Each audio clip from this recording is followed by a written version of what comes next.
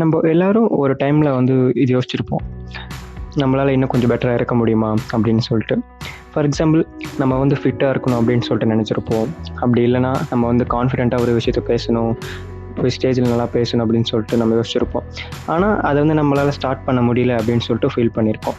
இந்த விஷயம் வந்து நம்ம எல்லாத்துக்கும் இது காமனா இருக்க ஒரு விஷயம் தான். இது மரங்களுக்கும், இது மனிதர்களுக்கும் இது நெறைய ஒற்றுமை இருக்கு.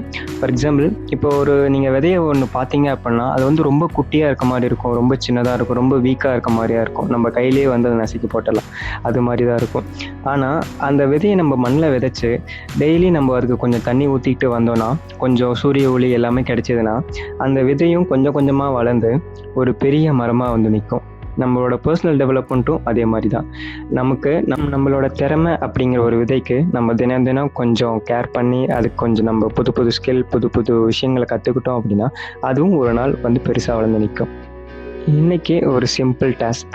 எல்லாரும் பேப்பர், பென் எடுத்துட்டு அதில வந்து உங்களோட ஸ்ட்ரென்த் அண்ட் வீக்னஸ்.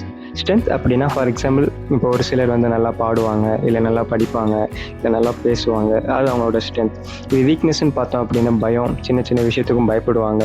இல்ல ஒரு சில விஷயத்த வந்து ஸ்டார்ட் பண்ணிட்டு அத வந்து கொஞ்ச நாள் வந்து கன்டின்யூ பண்ணிட்டு, அத கன்டின்யூ பண்ண கொஞ்ச நாள்லயே வந்து ஸ்டாப் பண்ணிடுவாங்க. அது வந்து அவங்களோட வீக்னஸ். இது மாரி ஒரு பேப்பர், பென் மட்டும் எடுத்துட்டு உங்களோட ஸ்ட்ரென்த், வீக்னஸ் மட்டும் எழுதுங்க.